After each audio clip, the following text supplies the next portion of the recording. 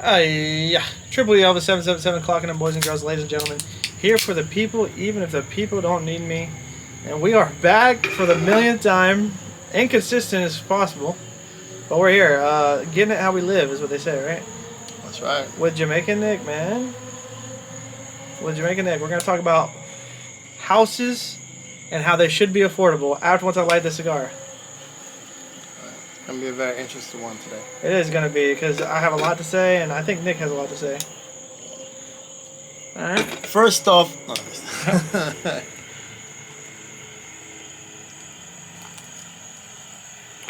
can hear it. That thing broke apart. This thing is so dry. I can hear how dry it is. First off, put a drum on it. Clips long as phone numbers. Start the song over. No, I'm just kidding. All right.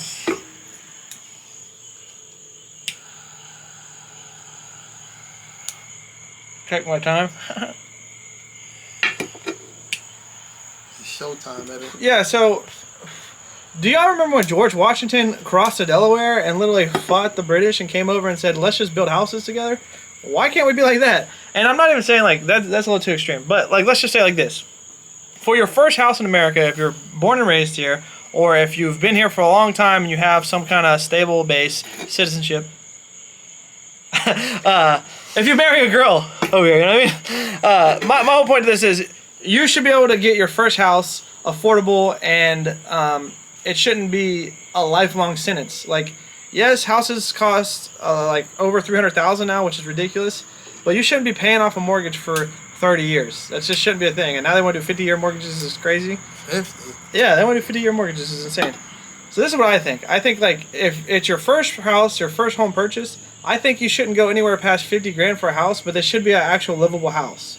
So you can have a family and all that stuff, but it's like, it seems like, I don't know if it's the government or who it is, or if it's just capitalism got too crazy, or I don't know what it is.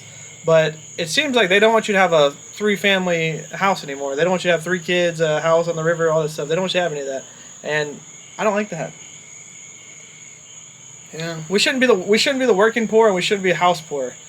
Now, I don't know if it's just today and how bad it is today, but it just seems like just owning a property now is just getting to the point where it's impossible. But I did hear that there's people that want you to be you own nothing and you'll be happy. I don't want that. I mean, it's just basically control. So like, It is. Yeah. The people who want to control it is going to make it impossible for you to control it because, they benefit from it. And then they really, really benefit from it. Yeah, they're sitting over there on like multi-millions, and we're sitting on pennies. But I'm not even mad at the people who are working to do it. But I just think that your first, okay, yeah, there's people with real estate empires that are making millions of dollars. I'm not even mad at them. I'm just saying your very first purchase and your very first house shouldn't cost you your whole life. Like a house should cost right now today, max should be 50 grand for your first purchase. Now, if you want 2 houses, yeah, we could get into that crazy market where it's $300,000 houses. But you should be able to have a place to live that you could afford on your own, that you could then work with a partner and build together, and then maybe you could get your other properties. That's what I think. I mean, that's my opinion. But there wasn't too long ago where everybody was like, hey, Bill needs a house. Let's all go over there and build Bill's house together because we just chopped down trees in the woods. That wasn't that long ago. America's only 250 years old. And even without America, all other places were doing that. Like, every civilization used to work together. We stopped working together and started becoming individualists and said, hey, guess what? You're on your own. Love this debt. Enjoy it. And then we pay more interest than we do our house now. Yeah. That's ridiculous. That should never been a thing. I don't know who's in control of that. I'm not naming names. We're not going all those crazy routes. I'm just saying it shouldn't be that way. And the people, it's me, you, and everybody else need to stand up and change that. It's not rocket scientists. It's not rocket science. We, the individuals, should come together and be like, look, let's go to communities. Let's do this together. Let's build together. Let's make it cheap. I shouldn't have to have 50,000 permits just to build me a nice little 3-bedroom house. Yeah. And what happened? Like, literally, I'm asking the people right here on YouTube or whoever is listening, whoever has ears to listen, what happened? And how do we fix it? Because today is getting crazy. It's getting where people can't even live. There's going to have to be like 9 dudes shacked up in one house to pay it off in a year. That's crazy. I mean, that probably could be the way to solve the problem if if everybody come together, Yeah. live in one house, and then as time goes by, they like branch off. But like, Yeah, like hey, like it's gonna take a while before that happens. Before everybody Yeah. can have their own. yeah, it's gonna take hard work. But I'm just saying, like, what happened to the days where we could go build Ralph's house today, and next week we build my house? You know what I'm saying? Now it's like, oh, let's get a mortgage for a house that doesn't cost $300,000 because the nails aren't even put in right, the windows aren't even leveled. I don't know, the water's leaking, the tiles aren't straight, like just everything. Like, there's so many problems with these modern day houses that are worth millions of dollars, and it's like that's not worth the financial burden you're putting on yourself, and just the lack of being able to live. Like, what happened to that? What happened to being able to enjoy your time off? I'm not saying don't work. I'm saying you should be able to work and enjoy the fruits of your labor, not just labor. I think my camera's fixing to die. Wonderful. Did we get lazy? You think we got lazy? I don't think we got lazy. We work. I think everybody else got lazy and they want the free handouts, and it makes it harder for everyone else. And then on top of that, you got the ultra rich who own everything that make it like that too. So it's like a balance. You have to have it both ways. Right. That's why I'm saying your first purchase should be reasonable and fair. It shouldn't be 50 years of your life paying a mortgage that is never going to get paid off. That's upsetting. Yeah. I love how this is my first time back in I don't know how many months, and my battery's going to die. I got to learn how to run this camera. Guys, be patient with me. That's all I got to say. Be patient with me. We'll be back. We will be back. It's never going to end. I'll be doing this until I'm probably 80. It's not consistent, but it's there. We have lives. This is what happens when you're not from riches. Yeah. This is what happens when you gotta go get it. That's right. You know what I'm saying? Like, you literally gotta go out and make time, like, juggle other things, life. We're not the worst off. Like, some people have it really, really nice and then act like they're freaking starving, but there's a good way to look at life and there's a bad way to look at life, and I think that I look at life great and I enjoy my life, but I understand that you're supposed to work, pray like it depends on God, and work like it depends on you. It's a good quote. Pray like it depends on God and work like it depends on you. And a lot of people just want to pray like it depends on God and work like it depends on God. No, it depends on you actually getting up and doing something.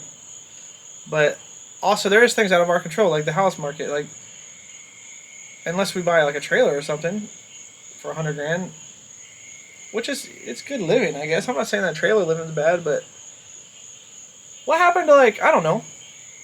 Do you think there's a cycle where like The 60s. everything like start all over again? I would wish. We're like, so like what happened in the 60s, like eventually might happen, and maybe. Well, we've been around for a while. We ain't seen it yet. We need it. But that scary part about that is that's probably going to cause some kind of war here or something. A lot of people are going to have to suffer and starve or die or fight, or it's going to be something crazy like that. That's unfortunate. I don't want that to happen. I want everybody to come together before that happens and figure it out. But it just seems like it's just, I don't know if it's a selfish world or the money's gotten out of control. Like, I don't know. They talk about I don't think it's a world problem. It's probably like countries' problem, like individual countries' problem. I don't think like the world, like countries really, like the who in power, like really hate another country. I just think it's a perception that they gave us for us to go with, for like almost kind of like a distraction. Like, I don't think. Well, it's a good trap to keep somebody working for a house for 30 years, because then you can't focus on anything else. You're just focused on, providing for yourself and your house, and then take apart like a woman taking half of your stuff, and then now you have to give her money for children on top of your bills, on top of working 40 hours a week, not getting enough money to pay for all that, and it's like an endless cycle. But we're gonna find a cheat code, Nick. We're gonna find a cheat code. If not, we create it. We're gonna create one. We're gonna find one. I'll live in a hut. I'll live in a dirt hut. We create it. That's one thing I can say about being a merchant mariner is like, all your expenses are paid for. You have a house. You just gotta get up and work every day, and I don't have a problem with that. But then there's people that will stay on the boat. Like, there's a guy named, I don't want to name his name, but there's a guy who's been on the boat for not almost a year. He's been on the boat for like 14 months straight. Went home for a month. Went to a new boat and was on that one for like 11 months straight.